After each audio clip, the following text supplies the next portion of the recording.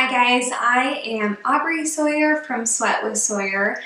Usually I'm on here to share a workout or some health and wellness tips, but today I actually want to take a little bit of a pivot when it comes to health because April is Infertility Awareness Month. So today I want to share with you guys my story of infertility.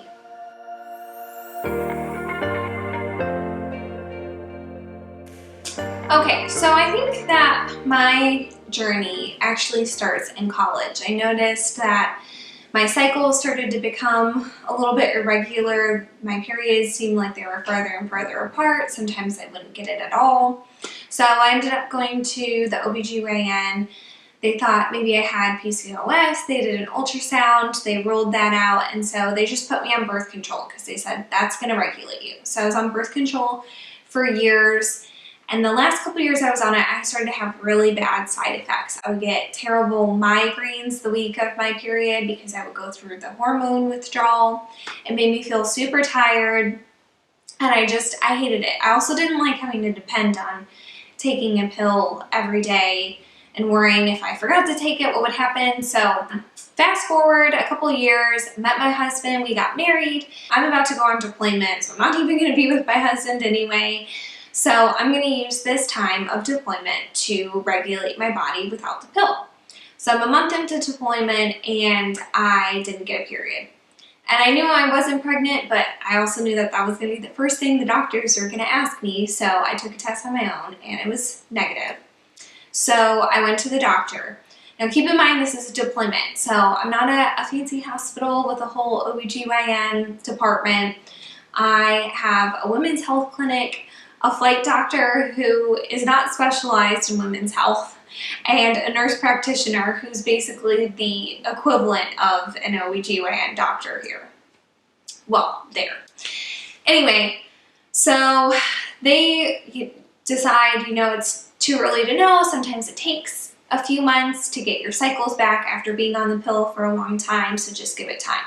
So I did give it time, and I still never got a period. So then they started putting me on different medications trying to induce a period, and nothing seemed to work. They did a little bit of blood work and those all kind of came back normal, I guess you could say, or what came back not normal. They really weren't sure what to make of it because, again, they didn't have any specialists there. They didn't even have an OBGYN.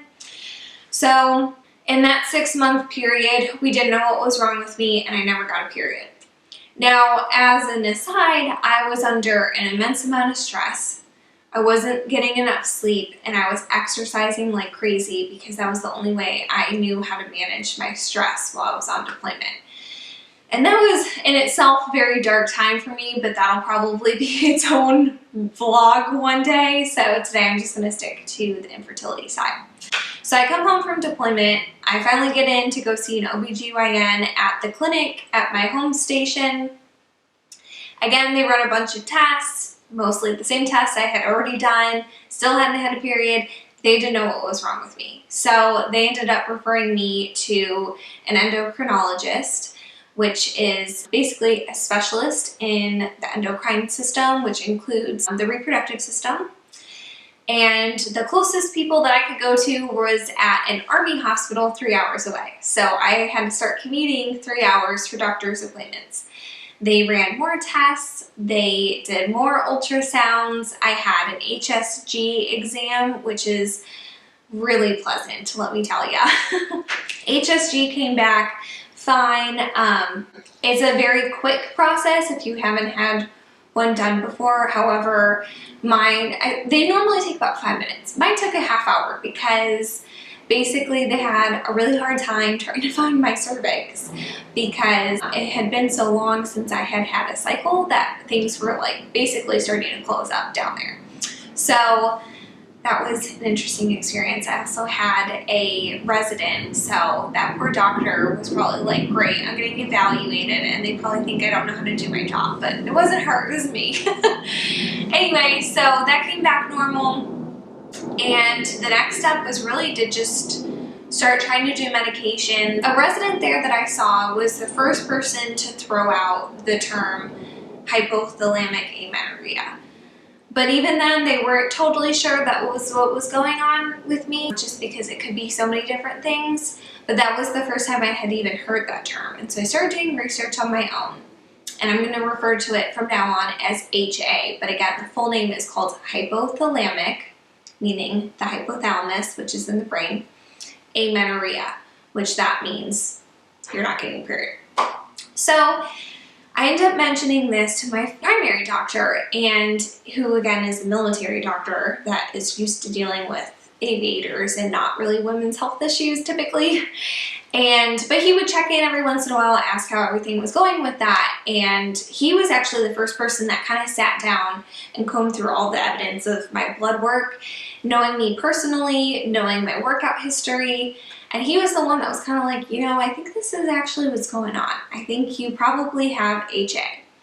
So HA is something that, again, there's all sorts of women that could have it, but it's very common for women that have an eating disorder background, anorexic women, people that tend to be really underweight, even malnourished, you could say, women that are extremely active. A lot of times you'll hear Olympic athletes that, especially like gymnasts and that sort, will not have periods ever or lose their periods because of the rigorous training that they go through. So as I was reading up on it and talking to the doctors, I was like, I just don't think that could be me. I mean, I work out pretty much every day, but I'm not working out for hours. I'm not training for the Olympics. I don't have an eating disorder. I'm fit, but I wouldn't say I'm underweight, and my body fat percentage wasn't anything to be concerned about.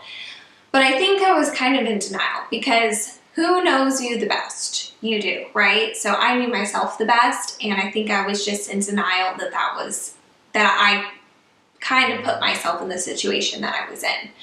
So again, like I said, I was under an immense amount of stress. I wasn't sleeping enough, probably wasn't eating enough for how active I was. So I started making some changes. At this point, I was no longer in the aviation community by choice. I chose to make a career change regardless of all of this. However, I think that was probably a big step in reducing my stress. I also started going to therapy a lot. Initially, I was going weekly, and then over time, I was able to go less frequently. I started sleeping way more, and then I significantly cut back my exercise. And then how I knew to do a lot of this is because I actually found a book that was super helpful for me. And again, I know HA is a very specific thing. I had never even heard of it. I think overall out of fertility, which does affect about 10% of couples that are trying to conceive. So a lot of people do struggle with infertility. But within that 10%, I think it's only a very small percentage of women that have HA. But I also think part of that is because people don't even know about it. Like, I didn't even know about it, and I had it. So I started doing research. I found this book called No Period, Now What? First of all, the research studies in it were amazing, but then also the guidance was very specific and super helpful. So that's what I started implementing. I started sleeping way more. I cut way back on my exercise. I only worked out once, maybe twice a week. They were super low intensity workouts. I wasn't able to teach as many fitness classes. I started eating way more food, because the way I kind of think about it is basically, it's kind of like having a gas tank that is way past E, and you need to fill it back up to even get it to an empty tank before you can start filling it up to have gas to use again. That's kind of how my body was. I had run myself so far into the ground that I basically needed to overeat, try to gain a lot of weight, reduce my activity to try to bring myself back up to a baseline where I could start rebuilding again, because my body was under so much stress that it shut down my reproductive system in an effort to try to keep myself going at all. So after I made those changes, I did start to see improvement. Previously, we had tried not Clomid, but I think I want to say Provera or Letrozole, or cycling those to try to get periods and also try to get ovulation. Like I said, at this point I wasn't in aviation anymore, so my husband and I decided to give it a go to see if an IUI would work. So we tried an IUI and that didn't take, but this was all before I really started getting into the HA recovery. So once I started my HA recovery late August of 2019, I maintained the low exercise, the therapy, the unrestricted diet, and getting extra sleep through, I would say, December 2019. And I really started to see a change. I did take a break completely from any fertility medications for a while just to let my body kind of recover. And then I started medications back up at a lower dosage in December and January. My body seemed to respond really well to that. So now here we are, April of 2020, and still haven't been able to conceive. However, I have seen a major improvement. A lot of people suffer in silence when it comes to infertility.